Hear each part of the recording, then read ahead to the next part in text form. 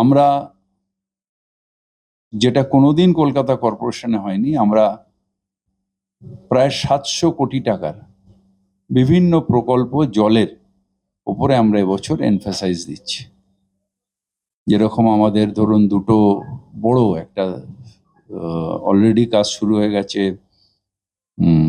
ধাপাতে, মানে জয়হিন্দ প্রকল্পে আরো 20 মিলিয়ন গ্যালন, এবং রিসেন্টলি আমরা এটাও ওয়ার্ক অর্ডার দিয়ে দিয়েছি, যেটা গড়িয়াতে যেটা 10 মিলিয়ন গ্যালন যেটা ওখানে হবে। তাহলে আমাদের টালিগঞ্জ এবং যাদবপুর এলাকা, যেখানে ডিপ টিউবওয়েলে মানুষ জল নিতেন, সেই জায়গাগুলো আমরা সার্ভ করতে পারবো।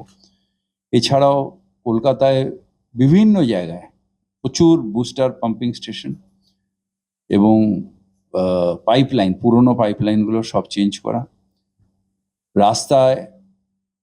রাস্তাঘাট যেখানে রাস্তা চওড়া, ইউটিলিটিকে এক সাইডে নিয়ে যাওয়া,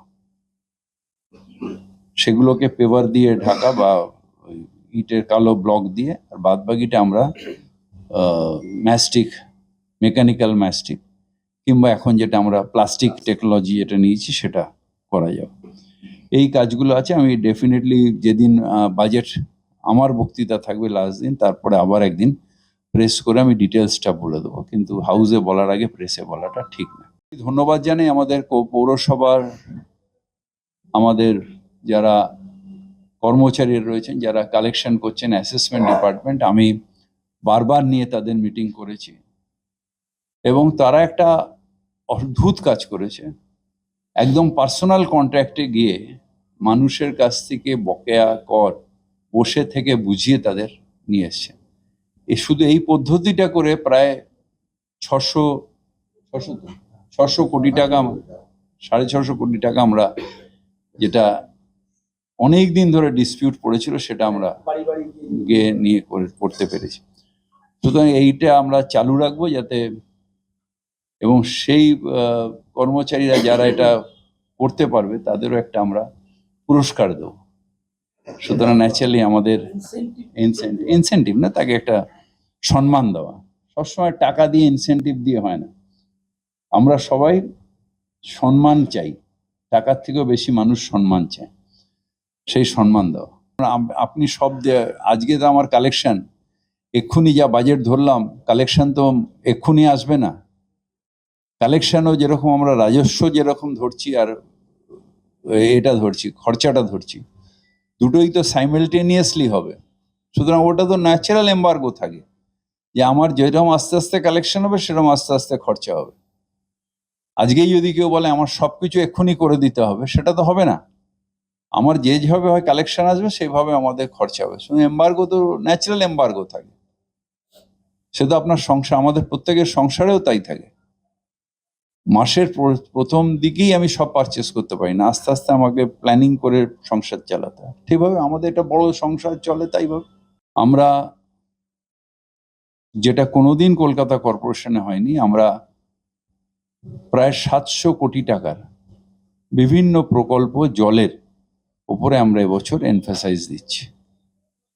যেরকম আমাদের ধরুন দুটো বড় একটা অলরেডি কাজ শুরু হয়ে গেছে ধাপাতে, মানে জয়হিন্দ প্রকল্পে আরো 20 মিলিয়ন গ্যালন, এবং রিসেন্টলি আমরা এটাও ওয়ার্ক অর্ডার দিয়ে দিয়েছি, যেটা গড়িয়াতে যেটা 10 মিলিয়ন গ্যালন যেটা ওখানে হবে। তাহলে আমাদের টালিগঞ্জ এবং যাদবপুর এলাকা, যেখানে ডিপ টিউবওয়েলে মানুষ জল নিতেন, সেই জায়গাগুলো আমরা সার্ভ করতে পারবো। এছাড়াও কলকাতায় বিভিন্ন জায়গায় প্রচুর বুস্টার পাম্পিং স্টেশন এবং পাইপলাইন, পুরনো পাইপলাইনগুলো সব চেঞ্জ করা, রাস্তাঘাট যেখানে রাস্তা চওড়া, ইউটিলিটিকে এক সাইডে নিয়ে যাওয়া, সেগুলোকে পেভার দিয়ে ঢাকা বা ইটের কালো ব্লক দিয়ে, আর বাদ বাকিটা আমরা ম্যাস্টিক, মেকানিক্যাল ম্যাস্টিক, কিংবা এখন যেটা আমরা প্লাস্টিক টেকনোলজি এটা নিয়েছি সেটা করা যাবে।